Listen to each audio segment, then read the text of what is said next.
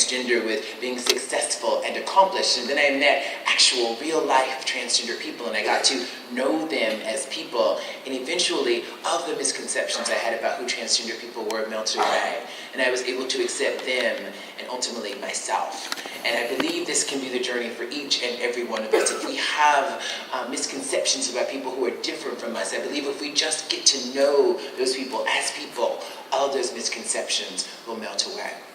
So I imagine my transition would go a little bit like Tina's, that 2-3 years in my transition, I'd be able to walk down the street and no one would ever know that I was trans, and I could live as the woman I was always meant to be and be happy, healthy, and free.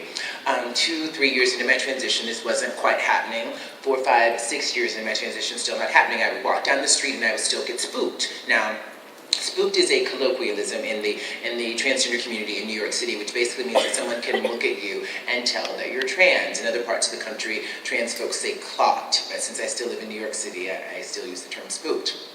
And when people would spook me on the street, it was so deeply humiliating. It was something I also internalized a lot of shame about. I felt like a failure. I felt like, here I am, I finally accepted myself. I finally claimed my womanhood. And to have the world not mirror that back to me was deeply frustrating and deeply annoying and painful, and really, really painful. And whenever I get spooked on the street, I would feel like a failure, and I would feel like, what am I doing wrong? And it really has taken me many, many years, and it's something I still work on, to fully internalize that if someone can look at me and tell that I'm trans, that's not only okay, that's wonderful, that's beautiful, because being transgender is beautiful. #trans is beautiful. And I really believe that if we can create a world where we celebrate all those things that make us uniquely trans. I often think about the Black is Beautiful movement from the 1970s.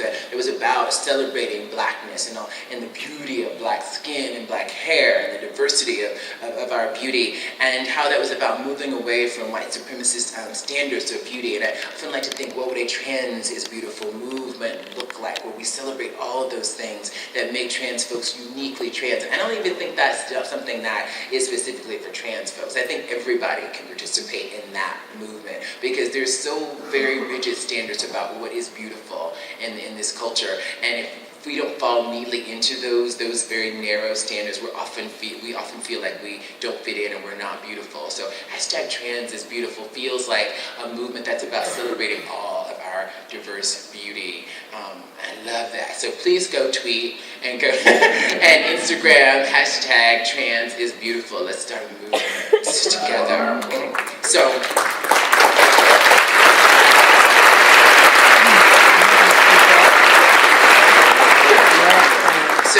when people would spook me on the street, they wouldn't say, "I think that's a transgender woman over there." That wouldn't be what they would say. No, they would usually say something like, "That's a man. Oh, that's a man right there. What? That's a man!"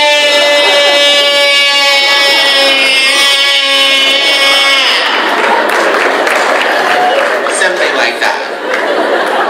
And they would say it so loudly that everyone within like a 3-mile radius could hear them. And I say it like that jokingly, because often marginalized folks try to make fun of or make light of very deeply painful and oppressive moments that we experience. But after all these years, I have come to realize this is not a laughing matter, that the misgendering of trans folks, calling a transgender woman a man, I've come to understand after all these years, is an act of violence. And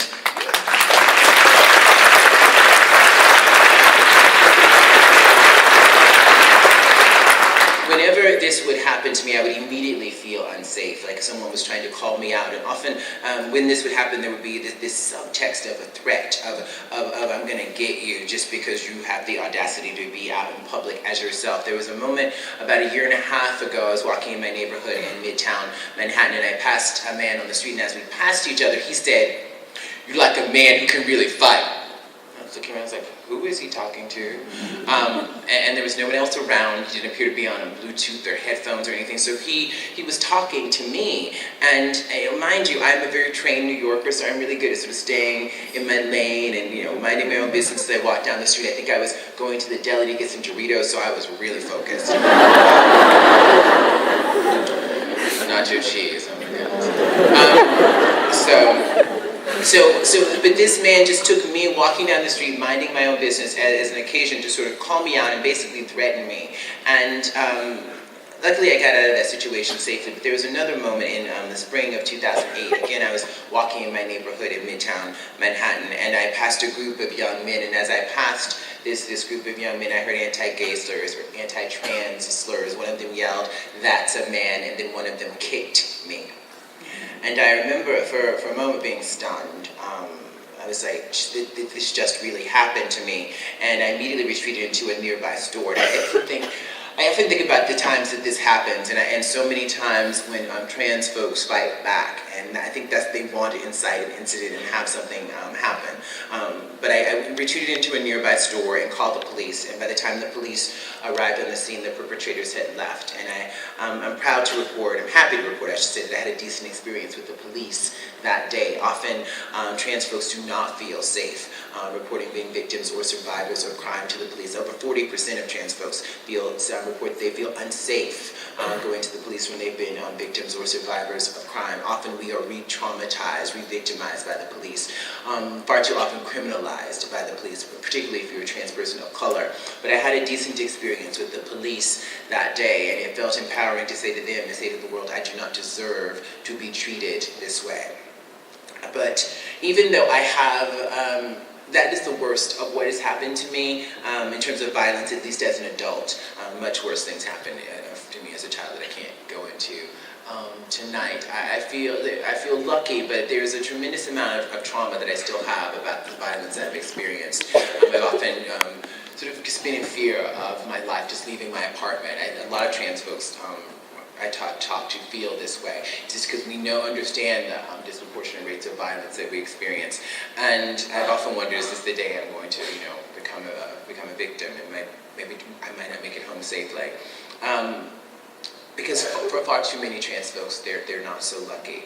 On August 17th of 2013, a young woman by the name of Elon Nettles, 21 years old, African-American, transgender woman, was walking down the street in Harlem, New York. She was walking with a couple of friends. She was then catcalled by a group of young men. One of the young men realized that she was transgender and beat her into a coma. 5 days later, she passed away. She died. And it's taken over a year and a half, but finally there has been an arrest in the homicide of Elon Nettles. Finally, there's been an arrest. Far too often, the murders, the homicides of transgender folks go unsolved. Now, a bit more about the incident, the night that it happened on August 17th, 2013.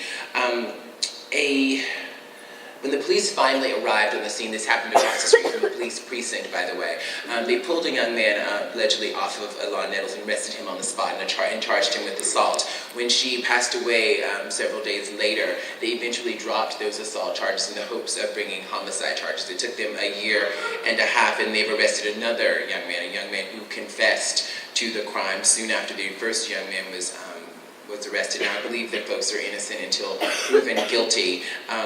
But Elon Nettles and her family can use some justice, some love today. And I'm not one for locking people up willy-nilly, but when a life is taken senselessly, someone should be held accountable for that life, because trans lives matter.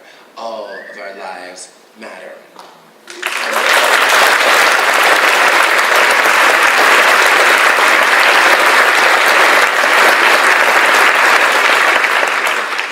Stories like Elon Nettles touched me to my core, because I know that for the grace of God, I could be Elon Nettles. So many times I have been walking down the street, I've been catcalled, and very easily it could have turned deadly. There was a moment about 13 years ago. I was walking in my neighborhood at the time. I lived on the Upper West Side, and it was the 4th of July. I was wearing a red, white, and blue dress. It was really tight. I was feeling very patriotic.